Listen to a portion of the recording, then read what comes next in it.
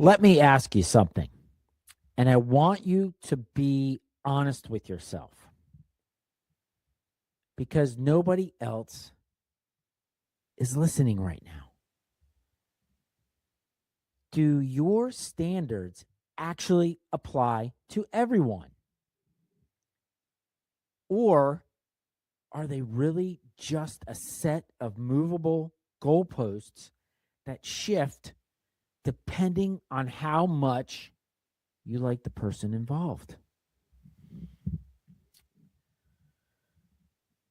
The reason I ask you is because we all say the same thing. We believe in fairness. We believe in accountability. We believe the rules should matter.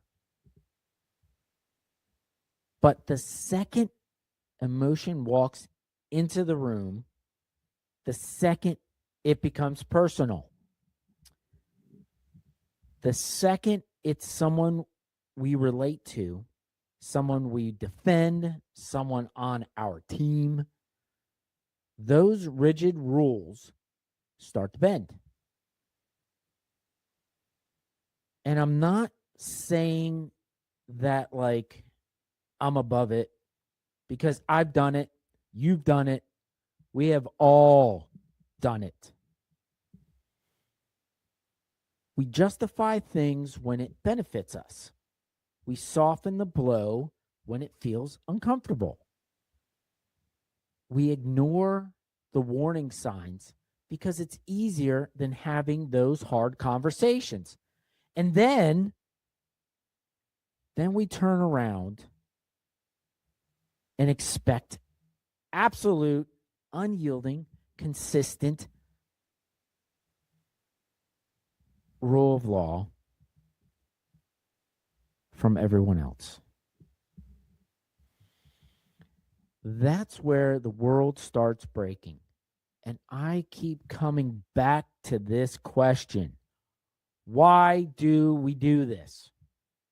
Why do humans make such profoundly dumb decisions when we know better? We have access to more data, more history, more warning signs, and more psychological insight than any other generation before us.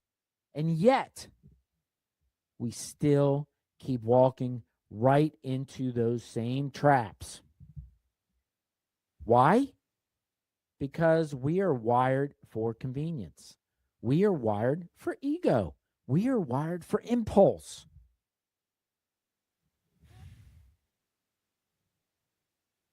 And a lot of times, we are wired for the path of least resistance. This isn't about policies. It's not about right and who's wrong in the comments section. It's about something much more uncomfortable than that. It's about erosion. The slow, quiet abandonment of the lines we swore we would never cross. Today, we're looking at an adult woman who was mayor, who completely forgot who she was. The system that forgot what justice looks like. The technology that's actually saving lives while we're busy fighting over fences. And toxic cycles we keep dressing up, calling love.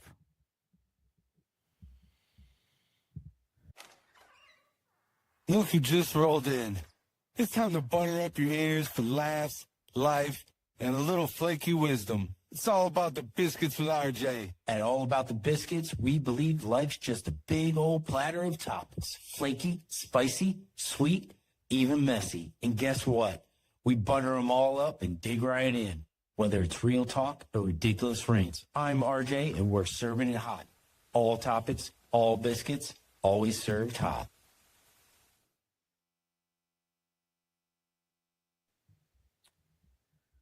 Welcome back to All About the Biscuits. I'm RJ, and if you're new here, this is where we slow things down just enough to actually think.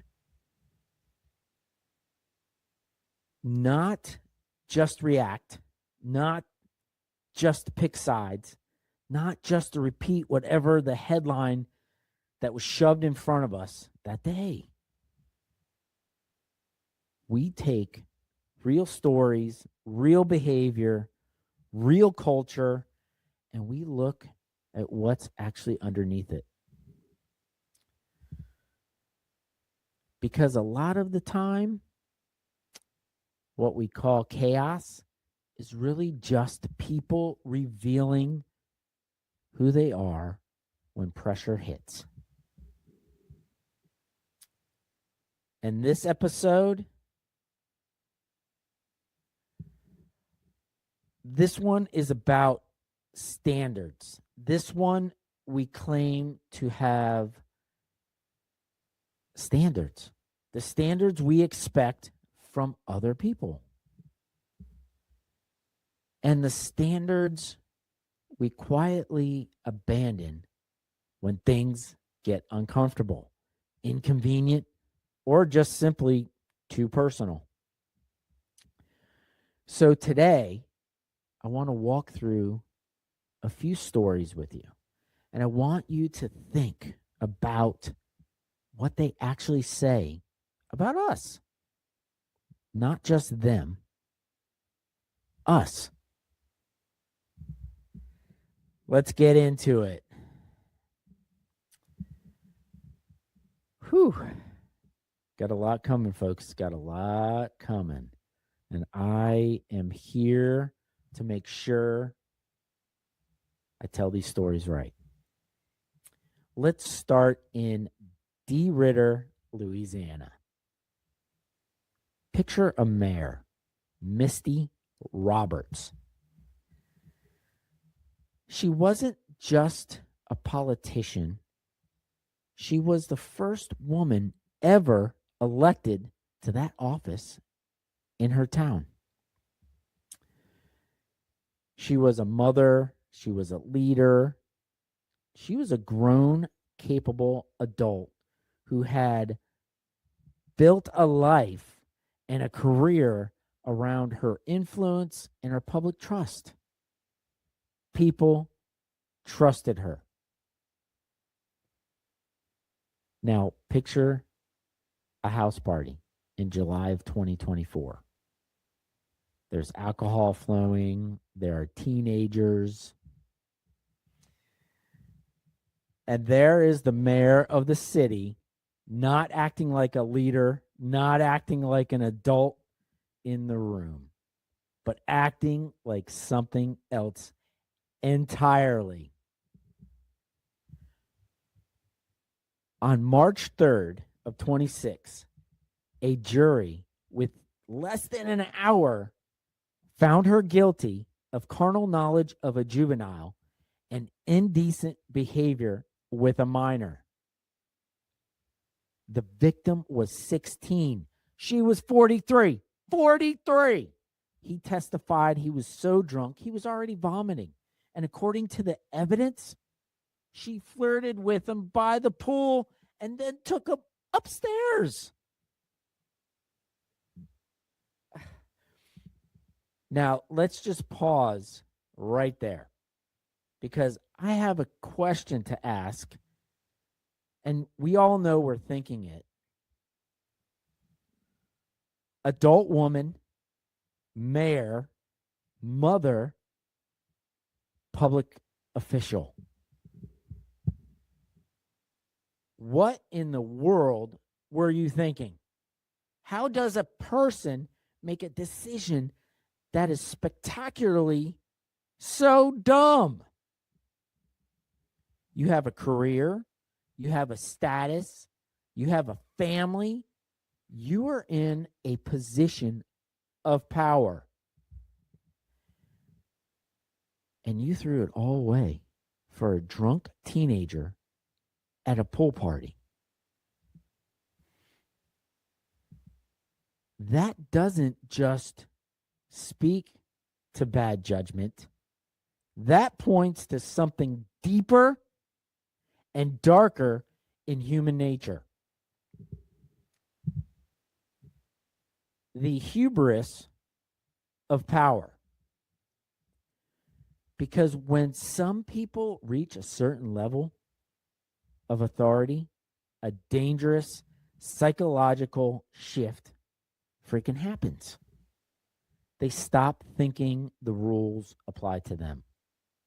They build a bubble of enablers. They start believing their own hype. They fear of consequences fades totally out.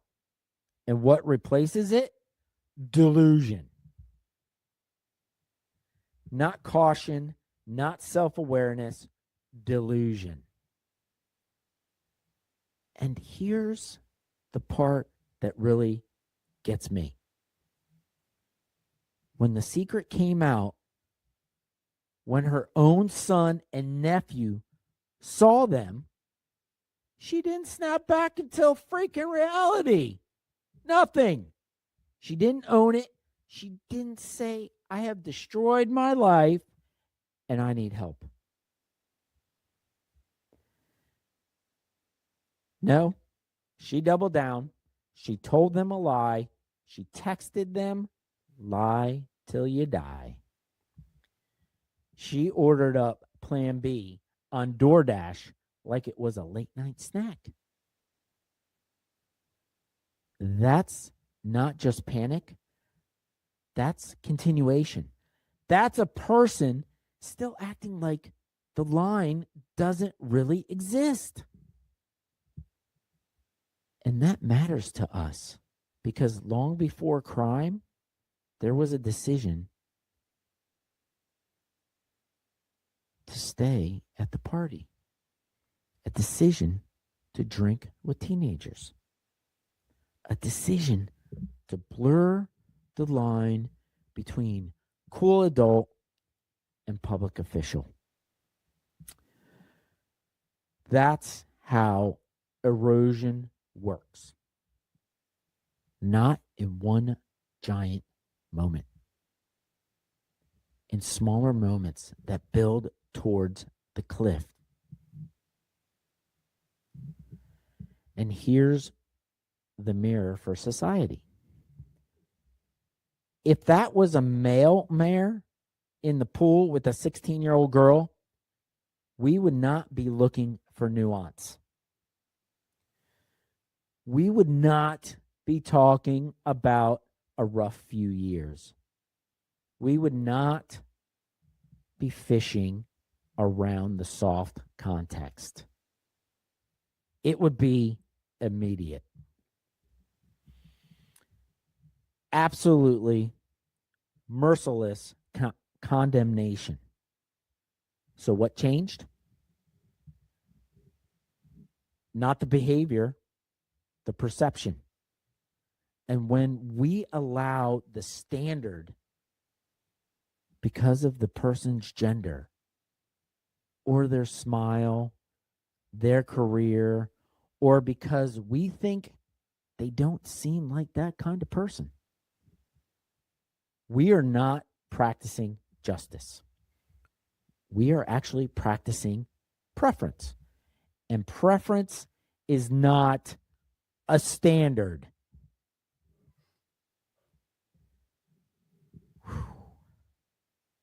We'll get through it. We'll get through it. It's going to get even better now.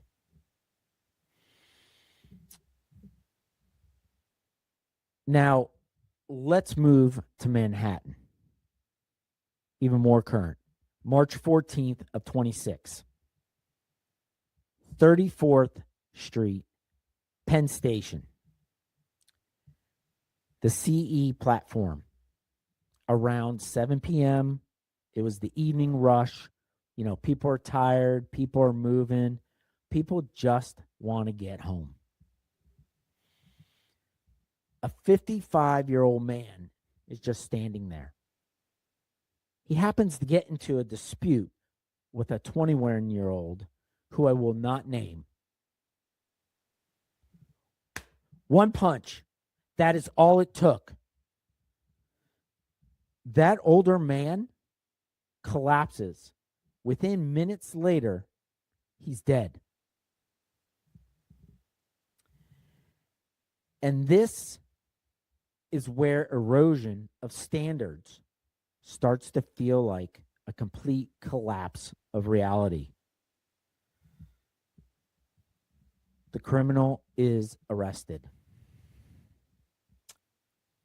And the charge? Third-degree assault, a fucking misdemeanor. Released the same day with a summons to show up to court later. Now stop and sit with this. A man is dead. A family is about to get a phone call that is going to shatter their lives forever. They are going from an ordinary Saturday evening to funeral planning. They are picking out a casket. They are explaining to relatives what happened. And the system, at least at that point, just says, here's a summons. See you in April. I need somebody to explain how that makes sense to an ordinary human being. How does a system look at a dead man and respond with something that feels like paperwork? Now, I understand early charges are not always the final charges. I understand investigations take time. I understand medical reports, evidence, causation. All of it matters. But regular people do not experience justice at a legal. Regular people do not experience the legal system like a flowchart. They experience the legal system as an outcome. And the outcome here is simple. A man got punched. A man died. And the response feels absurdly small. And that's why people get angry. Because humans are wired for fairness. Even little kids understand fairness. They may not know the penal code or criminal procedure, but they know when something feels off. That's not fair. And when adults start saying that about our justice system, that's when trust starts breaking. Because here, what this feels like to the average person watching this, it feels like people making decisions don't see a dead 50-year-old man. They see a case number, a box to check, a crowded jail, a procedural step, a matrix, a technicality. That's the real problem. We've created a system that often looks like it's more comfortable imagining process than delivering justice. We are so afraid of being too tough that sometimes it feels like we've forgotten how to be just.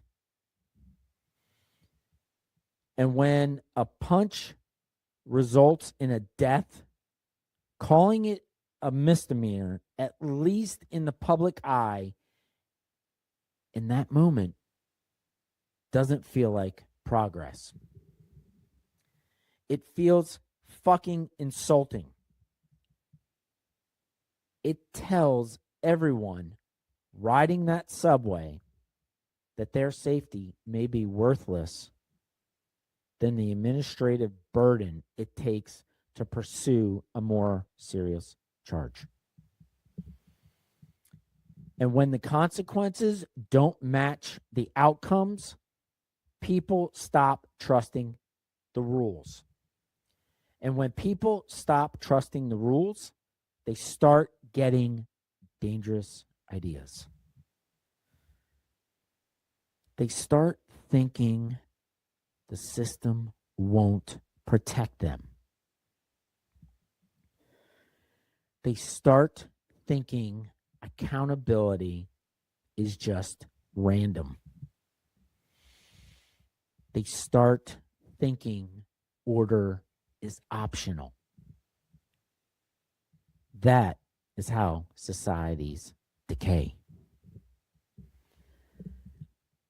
Not only from crime, but from the belief that crime no longer carries weight.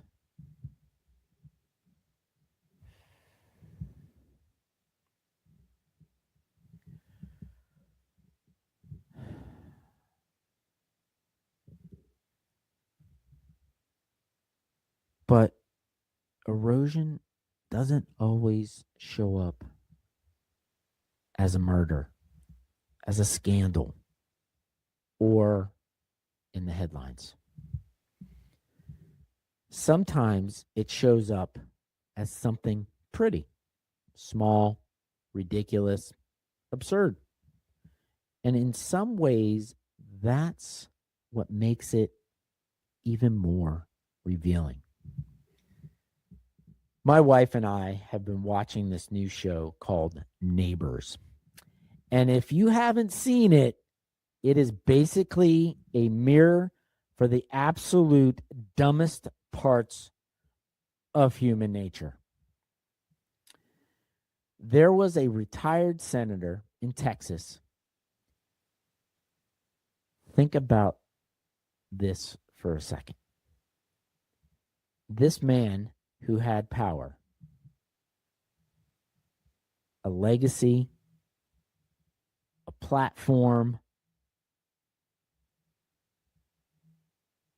he spent his life supposedly debating the greatest issues of the country: policy, law, rights, power. And now he's retired. He's got nothing but time, a pension, and a view of the street. Across from him, a woman builds a wall, a cinder block wall. Maybe it's 8 feet tall. Maybe she didn't get all the permits perfectly. And yes, from the way it's presented, she's a little, let's say, a Fruit Loop. She talks about different dimensions, aliens, other realities. Fine. Maybe she's a little cuckoo. But the senator, he's got a crusade on the brain. He doesn't like looking at the wall. He says it looks like Osama bin Laden's compound. And he stirs up the neighborhood. He gathers the mob together with their pitchforks. He pauses for a moment to plan his narrative pushing and pushing she has until she has to tear down that 8-foot wall to completely 3 feet. Now, she feels completely unsafe in her own house. And the irony here is incredible.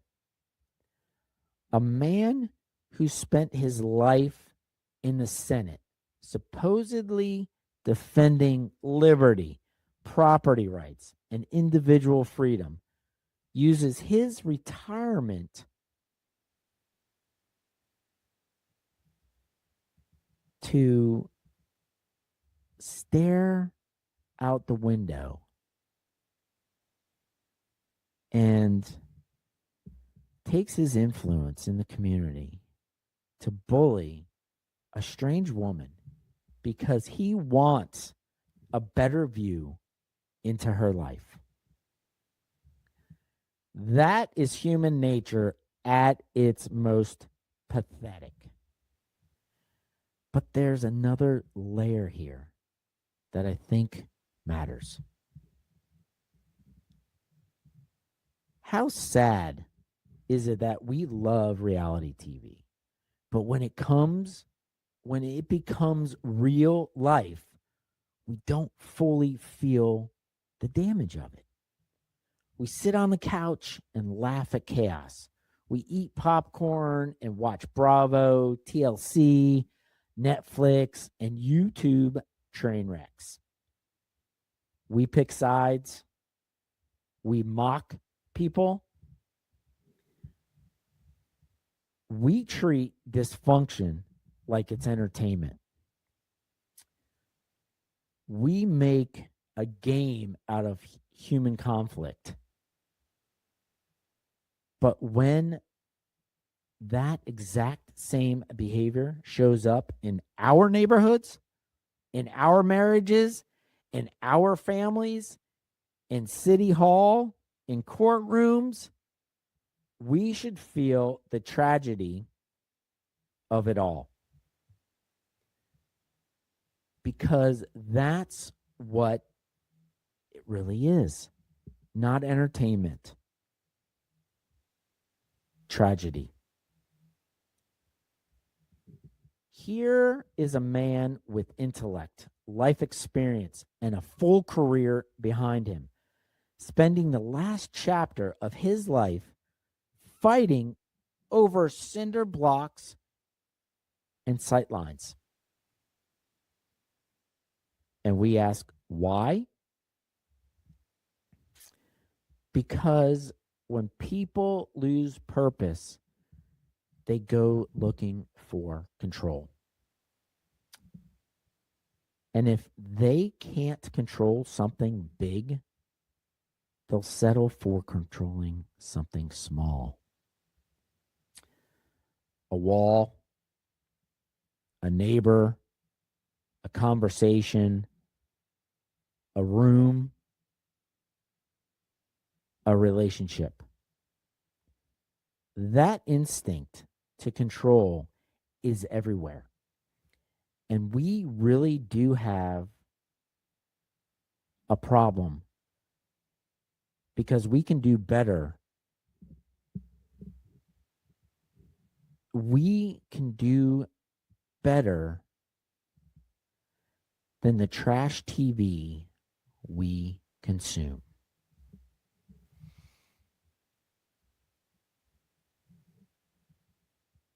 Because eventually the show ends and real life is still standing there waiting for us.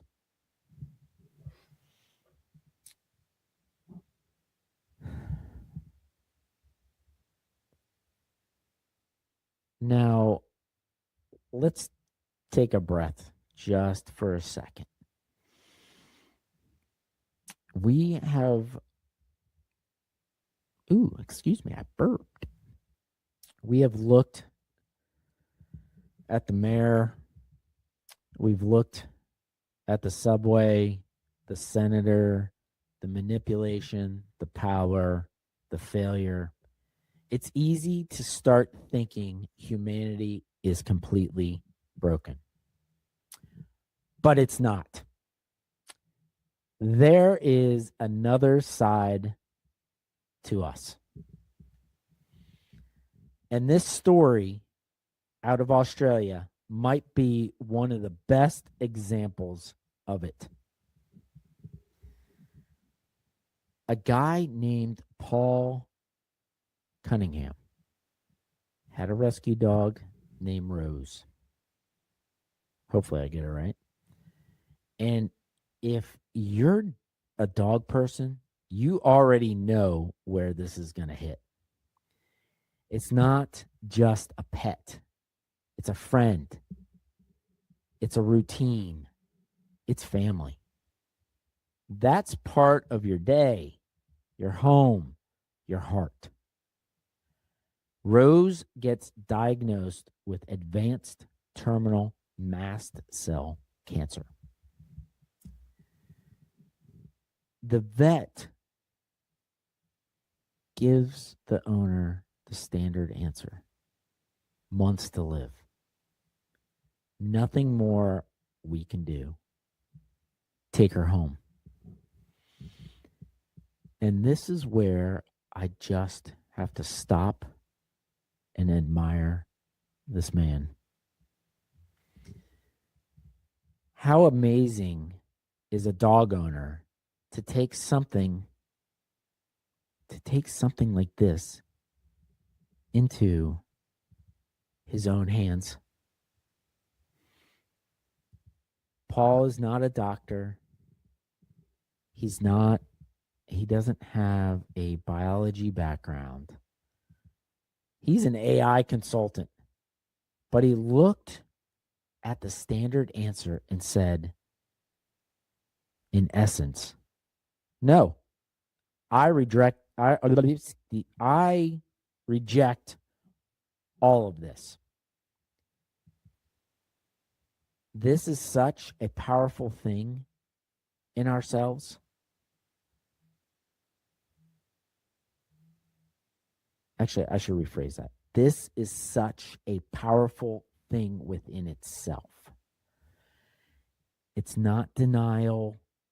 It's not a fantasy. It's not arrogance. It's a refusal to surrender. So what does Paul do? Paul uses ChatGPT to draft an entire research plan. He partners with a university, North South Wales, to sequence Rosie's DNA to the tumor. He uses, what was it called? Alpha Ford, I think is the company, to basically compare the genetic data and identify the specific mutations that are actually driving the cancer. Think about that just for a moment. A man loved his dog so much, he learned how to help decode cancer. That is unbelievable to me. He essentially hacked the disease's code. Then he takes the data, turns it into a recipe, and the university is so impressed, they actually begin manufacturing a custom mRNA vaccine specifically for Rose. And then the part that sounds the most impossible is that it worked. In December of 25, Rose is sluggish. She's fading, barely hanging on. But by January of 26, after the vaccine, the tumor shrinks to by about 75%. This dog was supposed to be dying and now is jumping fences and chasing rabbits away again. That should hit every listener right in the heart. Because look at the contrast. We just talked about a politician throwing away her life in office for a reckless, disgusting moment. We talked about a system that seems to shrug off at the fact that a dead man was left on a subway platform. And then we get Paul, a man who loved his dog so much, he taught himself through AI. That is what human obsession looks like when it's pointing in the right direction. That is what love looks like when it becomes disciplined effort. That is what intelligence looks like when it is matched with care. And this proves something really, really important. The tools of the modern world are not our problem. AI is not the problem. Technology is not the problem. We are. Or in Paul's case, we are the solution. It all becomes back, it all comes back to human agency, to what we choose to do with what's in our hands. Most people use power, status, tools, or opportunity to gratify themselves. He used it to save a life. That's what matters. Because it reminds us that the standard result is not always the final word. And when human love and human obsession are pointed in the right direction, there is very little we cannot solve.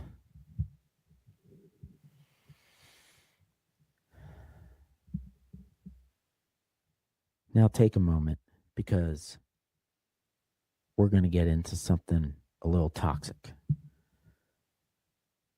But to protect the good things, like the life Paul fought for with Rose, we also have to talk about the bigger fear hanging over the world right now. Everybody is talking about, or at least a lot of people, World War III with Iran. Sorry, I apologize. The Middle East, the escalation, oil prices, food prices, uncertainty, and you see it all over the headlines. You see the red banners, you hear the panic in the people's voices, and then you feel it again when you pull into a gas station or walk into a grocery store. So let me offer a little, a little grounded perspective. Gas prices, we've been here before. People have incredibly short memories. They forget how high gas prices were 10 or 15 years ago during other spikes, other conflicts, other moments of instability. We survived, we adjusted, we kept moving on. So, no, I don't think gas is the thing to panic over just yet. Now, food, that's different. Because once you start talking about trade routes, shipping straits, choke points, supply chains, that's all real. That's not abstract fear. That's practical vulnerability. And yes, part of being honest, here means acknowledging that Iran has supported hostile activity and terrorism linked operations against the Western world or our interests for decades. That's not hysteria, that's history. So the answer isn't panic, it isn't hysteria, it isn't acting like every headline means the world's going to end tomorrow. But that answer makes us so naive. It is awareness. It is preparedness. It is understood that the best defense often starts with being strong enough, clear enough, and secure enough that threats don't gain ground in the first place. And this is where I think the Western civilization has become soft in some ways. The US, Canada, Europe, we act like safety is a default setting. Like peace is automatic or order just exists on its own. It doesn't. Peace is not the natural resting state of man. Peace has to be protected. Stability has to be maintained. Security has to be defended. And if you think that sounds dramatic, go back to that subway platform in Manhattan. Safety is a thinner veil than most people want to admit. If we do not secure our borders, our streets, and our supply lines, that veil tears apart. We do not need paranoia. But we do need to be awake. And this is where the media often fails people. They give you what they think you need to see, and you keep watching. But they rarely slow down enough to tell you why. The historical why, the geopolitical why, the cultural why. And if you don't understand why, you will live in constant reaction. And reaction is where fear controls you. That's why I say fear is a weapon. Not because danger isn't real, not because unmanaged fear makes people easier to manipulate, easier to distract, and easier to steer. Because it does.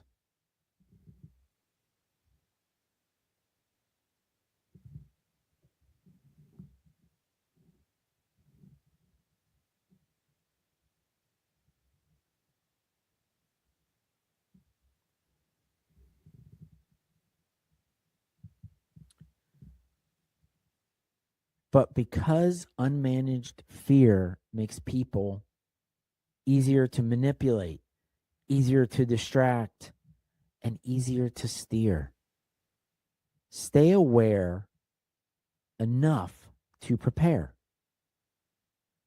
Remember to stay grounded enough not to panic. That's the balance.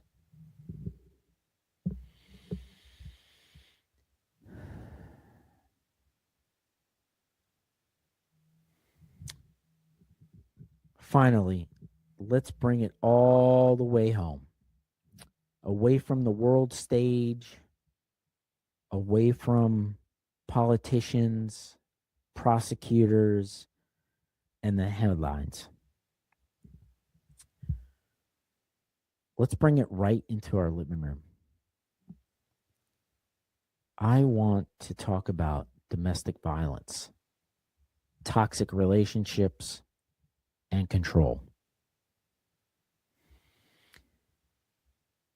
And I'm talking about this from both sides, men and women, because abuse doesn't care about your gender.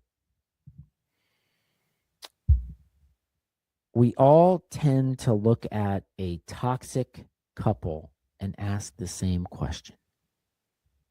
Why don't they just leave? Especially when they have the means to.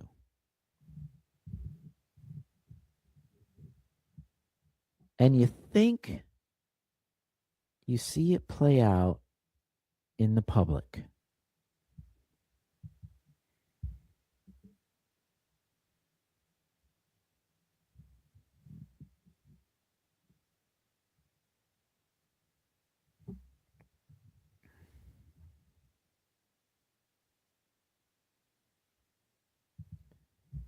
And you see this play out in public situations like Taylor, Frankie Paul, and Dakota from The Secret Lives of Mormon Wives.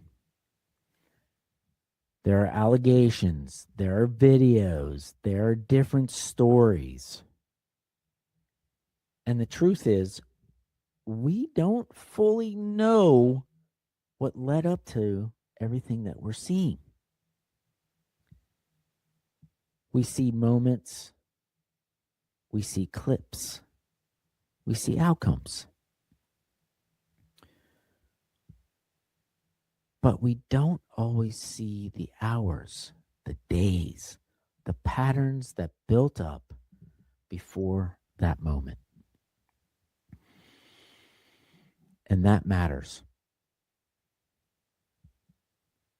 Because in a lot of toxic relationships, it's not always as simple as one person is the problem.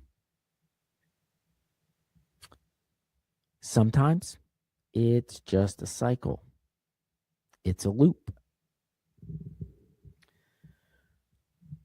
Two people who bring out the worst in each other,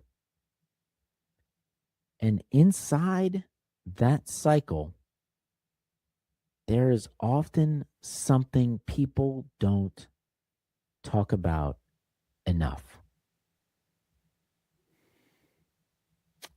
The silent agitator. Now, let me be clear about this. This isn't about blaming one side or the other. This is about understanding the dynamics. Because sometimes the person who looks calm, the person who sounds reasonable, the person who appears collected when everything finally explodes, isn't always as innocent as they seem. And sometimes the person who reacts, who yells, who loses control in the moment is just reacting to something that didn't start in that moment. That doesn't, let me repeat this, that doesn't excuse the bad behavior. I want to be very clear about that. Violence is wrong. Losing control is wrong. But context always matters. Patterns matter. What leads up to that moment matters. Because in some relationships, there is always a slow build. There is subtle pressure. There's always pushing buttons, control masked as concern. Calm words that carry sharp edges. And over time, that will always build until eventually something breaks. And when it breaks, that's the part the world sees.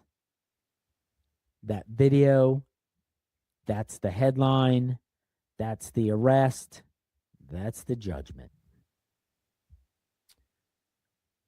But what people often don't see is everything that came before it. And again, this goes both ways. Men can be agitators. Women can be agitators. Both people can contribute to the cycle. That's why situations like this are so difficult to judge from the outside. Because we're looking at snapshots, not the full story.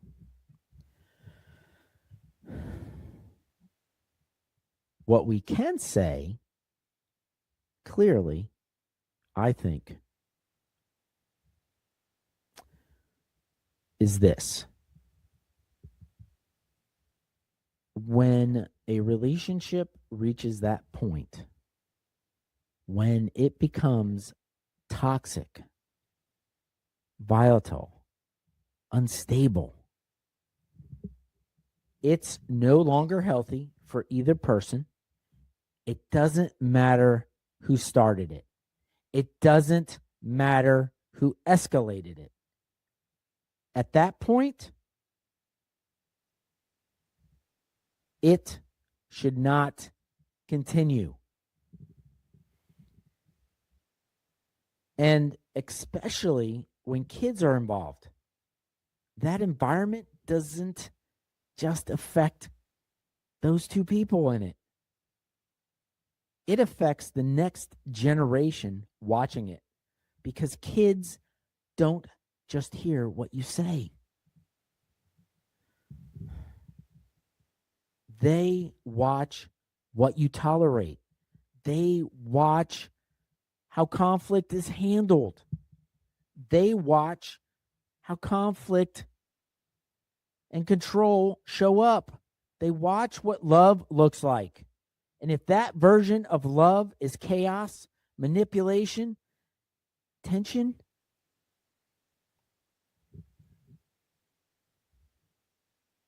that becomes their baseline. So the answer isn't picking sides. The answer isn't trying to win the argument of who's worse.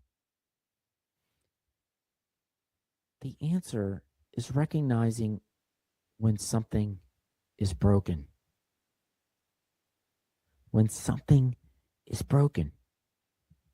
And having the courage to step away from it. Because sometimes the strongest move is not fixing it, it's ending it. And getting help for both people individually.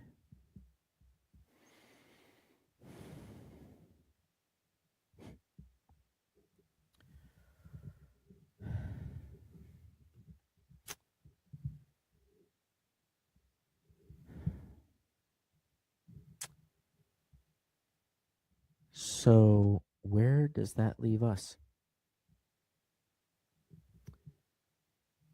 Look at the spectrum of human behavior that we covered in today's episode. The mayor who traded her integrity for a reckless, disgusting lapse in judgment. The subway attacker who walked free because a system seemed to value paperwork over a pulse. The senator who weaponized his retirement to bully a neighbor over her wall. The man who refused to let his dog die and used AI to rewrite the rules of medicine. The global trends that demand our awareness, not our panic. The toxic cycles in our homes that we refuse to break. And all of it, I mean, all of it points back to the same truth. Standards don't just disappear. We abandon them. They don't get stolen from us by the government or by the media. We just give them away. We give them up when we stop holding our leaders accountable because they belong to our party. We give them up when we stop holding ourselves accountable because making an excuse is easier than making an apology. We give them up when we prioritize being liked over being just. So, my challenge to you this week is simple, but it might be one of the hardest things you do.